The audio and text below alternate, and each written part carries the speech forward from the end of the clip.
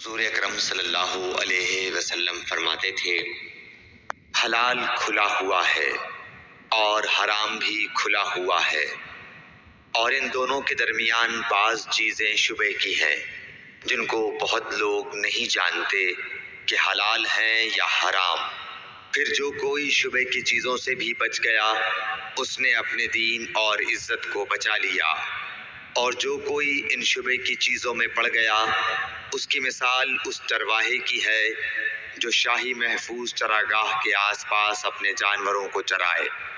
وہ قریب ہے کہ کبھی اس چراگاہ کے اندر گھس جائے اور شاہی مجرم قرار پائے۔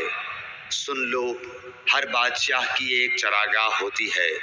اللہ کی چراگاہ اس کی زمین پر حرام چیزیں ہیں، پس ان سے بچو۔